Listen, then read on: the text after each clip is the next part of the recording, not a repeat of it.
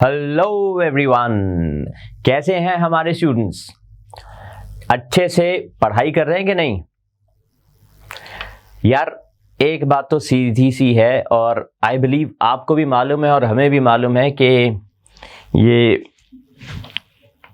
जो practice questions हम आजकल अटेम्प्ट कर रहे हैं ना, उसमें वैरायटी ऑफ क्वेश्चंस तो हमने इंक्लूड कर दिया है। हर तरह के हर एरिया को हम डिस्कस कर रहे हैं, है ना, उस पर क्वेश्चंस डिस्कस कर रहे हैं। पर हमारा ये जो एफर्ट है ना, ये डिफीट हो जाएगा यार अगर आपने मेहनत नहीं की, राइट? सो ये क्वेश्चंस आपके लिए बहुत इंपॉर्टेंट है, लेकिन ये क्वेश्चंस संसार नहीं है, ये क्वेश्चंस एंड नहीं है। इनके बाहर भी क्वेश्चंस हो सकते हैं, बनाए जा सकते हैं। सो वो क्वेश्चंस में आप फेल ना हो, इसके लिए इनकी प्रैक्टिस से हेल्प लेके खुद की स्किल एनहांस करना है। ये गारंटी कोई नहीं दे सकता कि जो पैसेज मैं करा रहा हूं वही पैसेज पेपर में आएगा, राइट? सो अगर रीडिंग कॉम्प्रिहेंशन की बात करते हैं तो स्किल है जो आपने डेवलप करना है। यार सबसे पहली चीज, बात को गांठ बांध लीजिए, you have to read a lot. अगर आप में से बहुत लोग ऐसे हैं जो रीडिंग खास नहीं करते, अखबार भी नहीं पढ़ते हैं, तो उनके लिए ये रीडिंग कॉम्प्रिहेंशन पैसेजेस मुश्किल होंगे ही होंगे। वो मैं प्रैक्टिस कराऊं, मैं जो मर्जी करा दूं, आपको जो मर्जी पैसेज दे दूं, उससे कोई फिर फर्क नहीं पड़ता। अगर आपको रीडिंग की आदत नहीं है ना, तो फिर पैसेजेस में आप फंसोगे, है ना? सो वो सिचुएशन नहीं आनी चाहिए। इसके लिए अखबार पढ़ना शुरू कीजिए। दिन में आधा घंटा कम है, 1 घंटा अखबार पढ़ें, इंग्लिश न्यूज़पेपर पढ़ें, आपकी वकैब इंप्रूव होगी। और अगर बोल के पढ़ेंगे तो आपकी स्पोकन इंग्लिश भी इंप्रूव हो जाएगी। चलिए, मतलब बोल के बिना मतलब समझे आधे घंटे तक, और बाकी फिर पूरा पेपर पढ़ें। चलिए जी, पैसेज शुरू करते हैं। So the political endorsement that was recently given to a party by the Rajasthan governor has reignited the debate on the independence and neutrality of the constitutional post. कौन सी पोस्ट की बात हो रही है? पोस्ट एक की तो मेंशन हुई है, गवर्नर की। तो क्या जो लोग इन पोजीशंस पर बैठे होते हैं वो न्यूट्रल होते हैं? ये डिबेट रीइग्नाइट हो गई है, दोबारा भड़क गई है। कब? जब पॉलिटिकल एंडोर्समेंट मतलब एंडोर्स करना, किसी चीज को सपोर्ट देना। जब सपोर्ट दिया गया था to a party by the Rajasthan governor, तब ये दोबारा ये रीइग्नाइट हो गई ये डिबेट की ये पोजीशंस जो है, इन पर बैठे हुए लोग जो हैं कॉन्स्टिट्यूशनल वो होते हैं कि नहीं, फेयर होते हैं कि नहीं। अब जो गवर्नर का ऑफिस है ना, it has coated controversy create हो गई है। क्यों? उनके पॉलिटिकल व्यूज। इनकम्बेंट क्या होता है? इनकम्बेंट होता है वो इंसान जिसने कोई पोजीशन को अभी ऑक्यूपाई किया हुआ हो। सो अगर मैं प्राइम मिनिस्टर हूं तो मैं इनकम्बेंट हूं, राइट? सो उनके पॉलिटिकल व्यूज से क्या हुआ है कि ये डिबेट इग्नाइट हो गया है, कंट्रोवर्सी शुरू हो गई है। हाउएवर, हालांकि एक बहुत बड़ा डिफरेंस है, there is a marked difference between seemingly routine deviations from strict constitutional norms and the present case. एक बड़ा फर्क है क्लियर डेविएशंस में। डेविएशंस फ्रॉम द पोस्ट या उसके जो रूल्स हैं, उसके जो क्या कहते हैं कि एथिक्स हैं, राइट, उसमें। और जो प्रेजेंट केस है, मतलब एक क्लियर जो डेविएशन होती है वो यहां पर नजर नहीं आ रही। और प्रेजेंट केस में फर्क है। क्या फर्क है? अब जो एलिजेड इम्प्रॉपर्टी है is neither subtle nor cloaked in spacious constitutional justifications. जो कुछ भी हुआ है वो ना तो छुपा हुआ है, ना ऐसा है कि इतना स्लाइट है कि समझ ही नहीं आ रहा या उन्होंने छुपा के किया हो, राइट? सो वो कॉन्स्टिट्यूशनल जस्टिफिकेशंस में स्पीशियस भी नहीं है। तो देखते हैं फिर है क्या। अब जो सरकारिया कमीशन है, या सरकारिया कमीशन जिसको कहते हैं, उन्होंने डिस्क्राइब किया था गवर्नर को एज अ कॉन्स्टिट्यूशनल सेंटिनल। ये सेंटिनल क्या होता है? गार्ड होता है, जैसे कि चौकीदार। ठीक है जी, एक गार्ड होता है जो ध्यान रखता है। And a vital link between the union and the state, union central government और द स्टेट, उनके बीच का लिंक होता है गवर्नर। तो ये ऑब्वियस है कि उनको न्यूट्रल होना ही चाहिए। इन एस आर बोमई, अब ये तो नाम है, अभी एक इंसान के अंदर, मतलब ये क्या अंग्रेजी है, तो ये अंग्रेजी कोर्ट में चलती है, ये किसी कोर्ट केस को रेफर किया गया है, कोई केस हुआ होगा एस आर बोमई केस, 1994 की बात है वो। सुप्रीम कोर्ट ने कहा था ऑफिस ऑफ द गवर्नर, जो गवर्नर का ऑफिस है, is intended to ensure protection, उसका काम ये है कि वो प्रोटेक्ट करे, and sustenance of the constitutional process of the working of the constitution by the elected executive. अब प्रोटेक्शन तक तो आप समझ गए, उसके आगे वाली लाइन, प्रोटेक्शन ही नहीं देनी है उसने सस्टेनेंस देना है to the constitutional running, sustain करना, मेंटेन करना किसी चीज को, तो उसने इंश्योर करना है कि सब कुछ लॉफुली चले, कॉन्स्टिट्यूशनली चले। एम के गांधी ने क्या कहा था अबाउट गवर्नर के office? He would be an arbiter. Arbiter कौन होता है यार? जब दो कॉन्फ्लिक्टिंग पार्टीज होती तो बीच में जो रोकथाम के लिए आते हैं, जो जैसे अगर लड़ाई हो रही है सड़क में, है ना, तो एक आप हैं एक मैं हूं, आपके जैसे या मेरे जैसे लोग या कोई और, हम मान लो मिलके हम देख रहे हैं तमाशा, ठीक है। सो जो आके हमारा मजाक किरकिरा करते हैं ना, वो होते हैं ये, राइट। सो जिन्होंने आके लड़ाई खत्म करानी है, ओके। चलिए, when there was a constitutional deadlock, deadlock क्या होता है भाई? एक सिचुएशन में जब ऐसे हो गया है काम, उसके बाहर जा ही नहीं पा रहे हैं, कोई प्रोग्रेस नहीं हो रही, ना आगे ना पीछे, फंस गए। अक्सर तब होता है जब दो गाड़ियां आमने सामने आ जाती हैं, आगे वाला कहता है मैं नहीं जाऊंगा पीछे, दूसरे वाला कहता है मैं नहीं जाऊंगा पीछे, वो डेडलॉक है, कोई प्रोग्रेस पॉसिबल नहीं होती जहां पे। तो उन्होंने कहा था कि he would be an arbiter when there was a constitutional deadlock, जब डेडलॉक हो जाएगा ना कॉन्स्टिट्यूशन में, तब वो काम आएंगे in the state, and he would be able to play an impartial role, ये सबसे इंपॉर्टेंट है, सेंटिनल और इम्पार्शियल रोल प्ले करेंगे, वो अनबायस्ड रहेंगे। In the contemporary constitutional landscape, हालांकि अब का जो प्रेजेंट कॉन्स्टिट्यूशनल सिनेरियो है, गवर्नर जो है ना, he is expected to advance the cause of unity, federalism and democracy. Democracy तो सबको मालूम है, which form a part of the basic structure of the constitution. तो बेसिकली वो कॉन्स्टिट्यूशन को उन्होंने सपोर्ट करना है, जो हमारे गवर्नर हैं, ये बड़ा जरूरी है उनके लिए। इम्पार्शियल होकर उन्होंने डेमोक्रेसी, यूनिटी, राइट, ये सारी चीजों को बढ़ावा देना है। Sustenance of the constitutional procedures को इंश्योर करना है। अगर वो ये नहीं कर पा रहे हैं तो फिर वो अपना रोल अच्छे से प्ले नहीं कर रहे हैं। अब despite his unique constitutional positioning, the governor is sometimes not seen as willing or able to discharge his functions and judiciously। इसके बावजूद कि वो इतने यूनिक हैं, कॉन्स्टिट्यूशन उनको इतना यूनिक बनाता है, इतनी अहम जिम्मेदारी देता है ना, बहुत इंपॉर्टेंट जिम्मेदारी देता है कि आप स्टेट और सेंटर के बीच का लिंक है, आपने बायस्ड नहीं होना और सबको साथ लेकर चलना है। एक्चुअली सबका साथ सबका विकास आपने इंश्योर करना है, राइट। सो उसके बावजूद कई बार ऐसा देखा गया कि गवर्नर जो है ना, वो इन्हीं फीलिंग्स के साथ अपना काम करते नहीं है, ना इम्पार्शियल है वो, यानी वो बायस्ड भी है, and efficiently as advised by the first administrative reforms commission. Advised मतलब जिसने जो सपना देखा था, जिसने सोचा था, परसीव किया था, होप किया था कि यार किसी दिन गवर्नर्स ऐसे होंगे, वैसे तो गवर्नर्स इतने एफिशिएंट, इतने इम्पार्शियल, इतने जुडिशियस नहीं नजर आ रहे हैं according to the passage.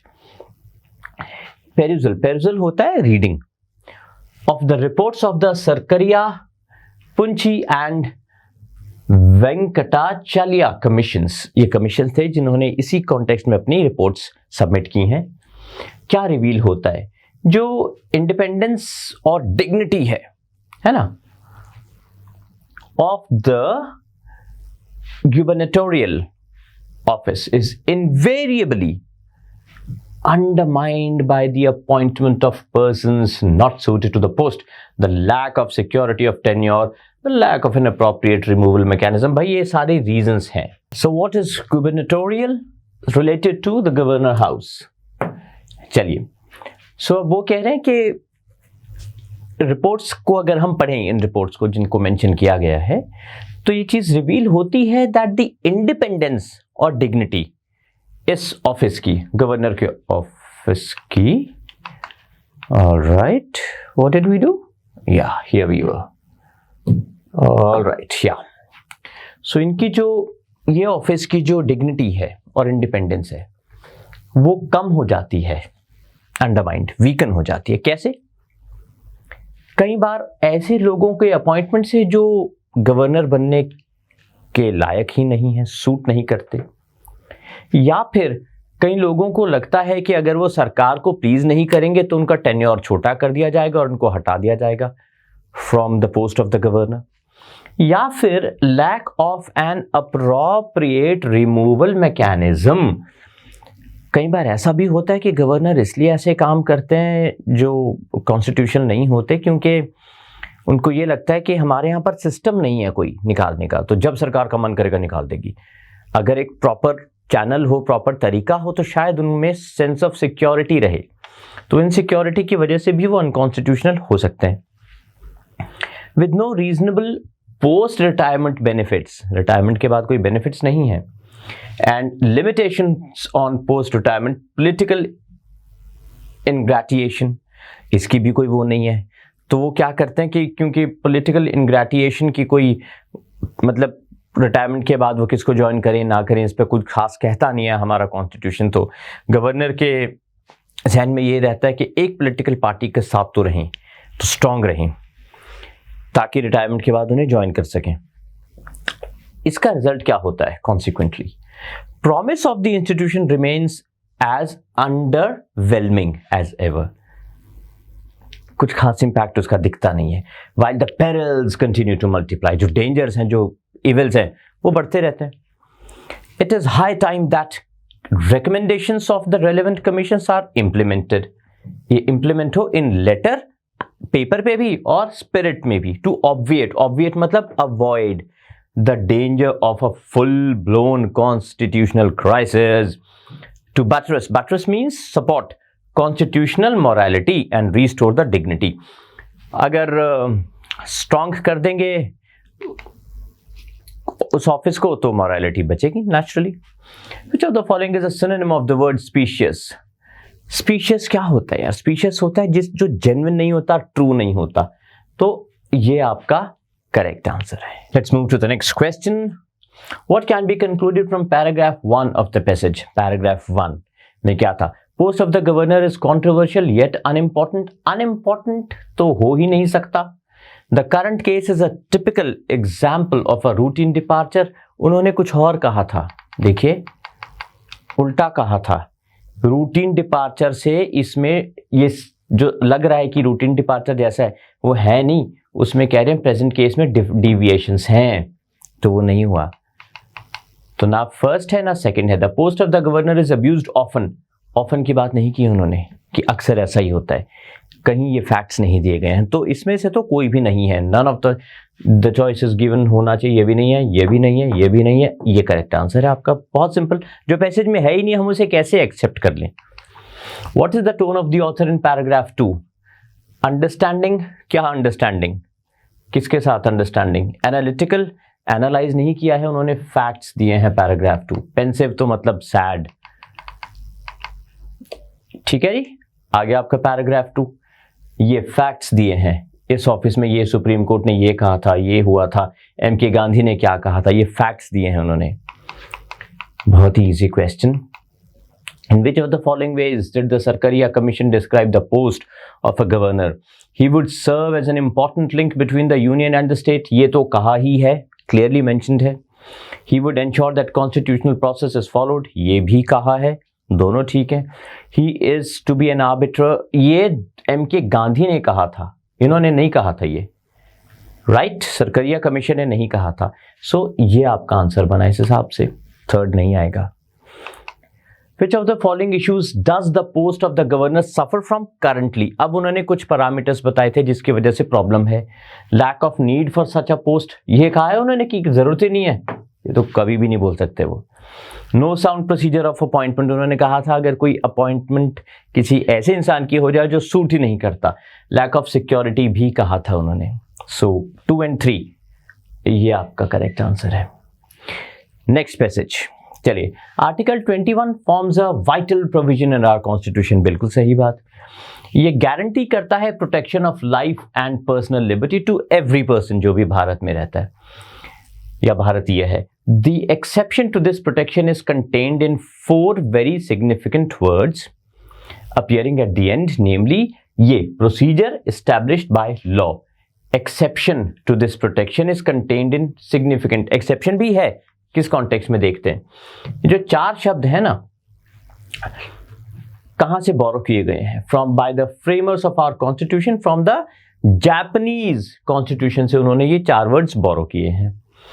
Which was promulgated on November 3rd ये 1946 after World War II and came into effect on May 3rd. ठीक है, जापानीज कॉन्स्टिट्यूशन. इंटरेस्टिंगली ये जो शब्द है ना, ये got preference over the phrase due process of law. 4 शब्द, due process of law, which was incorporated in the states, United States का जो constitution है through the 5th and 14th amendments. Significantly, जो original draft of the Japanese constitution था, popularly known as the MacArthur draft, it was written under the supervision of Douglas MacArthur. एक American थे वो and the supreme commander of the allied forces. कब? After the Japanese surrender pursuant to the this, ये Potsdam declaration के बाद. उनका अब जो मैन्यूस्क्रिप्ट था जो उन्होंने हाथ से लिखा था वो ज्यादातर बेस्ड था on the American constitution model और कॉन्ट्रास्ट में था with the recommendations of the Matsumoto Commission, which preferred to follow the conservative Meiji model. So, एक contradiction तो दोनों models में था. Later, Japanese government tweaked, थोड़ा twist कर दिया उन्होंने the MacArthur draft to include inter alia civil guarantees including these in the Constitution, which is in pari materia with Article 21 of the Constitution of India. अब ये 2 terms हैं जिनके meanings आपको शायद पता नहीं होंगे. इसका मतलब होता है अमंग अदर थिंग्स, ये भी और चीजें भी, और इसका मतलब होता है dealing with the same subject, right.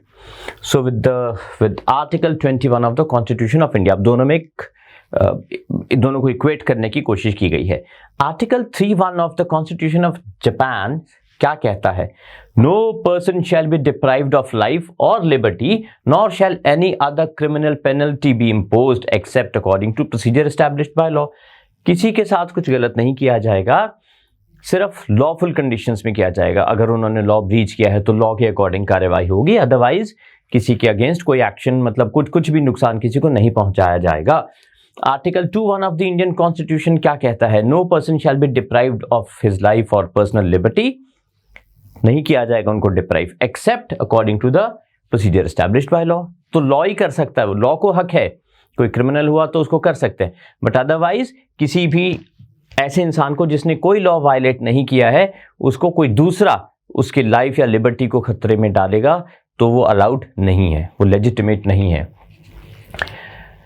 अब जब कॉन्स्टिट्यूशन का ड्राफ्ट रेडी हुआ था ना, तब doctor Ambedkar in his opening speech on 4th November 1948 उन्होंने कहा था excuse me, draft constitution as it has emerged from the drafting committee is a formidable document.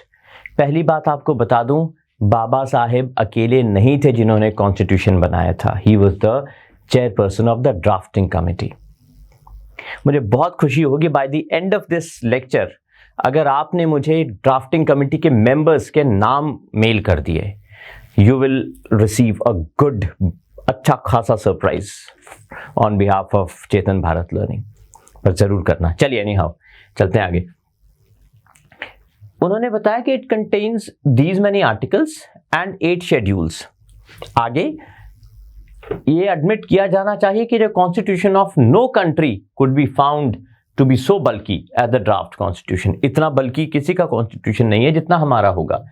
It would be difficult for those who have not been through to it to realize its salient and special features. तो जिसने पढ़ा नहीं है उसको हमारे constitution के salient features और special features समझ में आना बहुत मुश्किल है, which is true. All right. The original draft of Article 2(1) contained the phrase due process of law, वही 4 शब्द जिसकी बात पहले हुई थी. At the time of framing of the Constitution, inclusion of the phrase procedure established by law had been the subject matter of extensive debate हुआ था उस पर, and discussion in the Constituent Assembly. अब जो members of the Assembly थे ना, उन्होंने discuss किया इस पे. They deliberated upon the pros and cons in the use of this phrase. अब उन्होंने ये भी डिस्कस किया कि कैसे ये फ्रेज के फायदे क्या हैं, नुकसान क्या हैं, सब.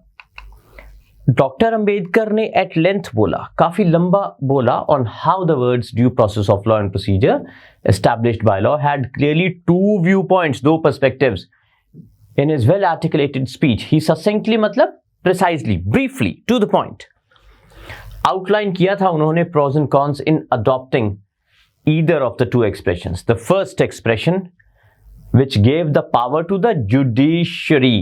तो फर्स्ट एक्सप्रेशन में तो जुडिशरी को पावर है to sit in judgment, कि वो जजमेंट में बैठें और डिसाइड करें over the will of legislature, right? And the second would mean that the legislature ought to be trusted not to make bad laws. Legislative assembly क्या होती है, legislature क्या होता है, जो हमारे नेता लोग हैं, जो हमारे लिए लॉज बनाते हैं. तो वो कहते हैं 2 एंगल्स हैं. एक तो लेजिस्लेचर के ऊपर जुडिशरी है जिसको हक है कि वो बैठे, डिस्कस करे, सुने और फिर जजमेंट दे, और लेजिस्लेटिव को भी ऐसे डिसीजंस लेने हैं जिससे जो हमारा जो लेजिस्लेशन है या जो लेजिस्लेटिव असेंबली है उसकी इमेज खराब ना हो. Ultimately he left it to the house and decide in any way it liked. अब अंबेडकर ने जब बोल दिया उसके बाद he had concluded his reply, the acting vice president of the Constituent Assembly put each amendment to vote, और उसका result क्या हुआ? 5 amendments seeking substitution of the words due process of law in place of procedure established by law were negatived. यानी वो जो सलाह थी वो नेगेटिव हो गई, वो नेगेट कर दी गई. Accordingly, Article 2(1) became part of our Constitution. यानी वोट हुआ, उसके अगेंस्ट जिन्होंने किया उनके वोट्स गिर गए.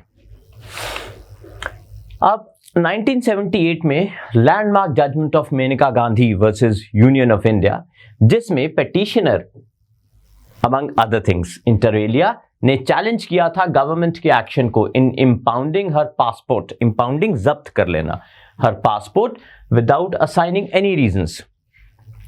सुप्रीम कोर्ट ने कहा था that the term procedure appearing in Article 2(1) cannot be unreasonable. वो unreasonable नहीं हो सकती, arbitrary and unfair वो नहीं है ऐसी.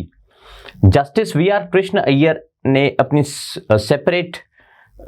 सेपरेटली कहा था with Justice Fazal Ali's minority view in the Gopalan case, or that held that procedural safeguards are the indispensable मतलब जिससे अलग हो ही नहीं सकते हम, a sense of liberty and must not merely be formal. तो ये रहना चाहिए, लिबर्टी है, होना ही चाहिए. From its inception till today, inception मतलब शुरू होना, आज तक there has been no amendment to Article 2(1) and it forms an important part. Amendment की कोशिश उस वक्त भी की गई थी, फेल हो गई, आज भी नहीं हुई है, और बहुत इंटेग्रल हमारा ये पार्ट है हमारे कॉन्स्टिट्यूशन का. Right, so this takes us to the questions. The first one, which of the following is the word most opposite to formidable? Formidable क्या होता है? स्ट्रॉन्ग, मजबूत. तो ऑपोजिट पूछा है, एंटोनिम. कंफर्टिंग उसका एंटोनिम हुआ. ये सारे तो एंटोनिम्स, इनमें से कोई भी नहीं है. Which of the following is the closest word? Succinctly का मतलब होता है to the point, concise. So briefly, quite easy. What is the tone of the author in paragraph 1? Paragraph 1 में lively है. Lively का मतलब क्या है? जोश भर दिया उन्होंने किसी चीज में. Witty, अच्छे जवाब दे रहे हैं किसी को, ऐसा भी नहीं है. Cynical, विश्वास नहीं कर रहे किसी का. Informative है, बिल्कुल इन्फॉर्म किया है कुछ. As per paragraph 2, which of the following is true about the MacArthur draft? ये अमेरिकन था, clearly mentioned है. Therefore, only 2. Well, that brings us to an end to this session.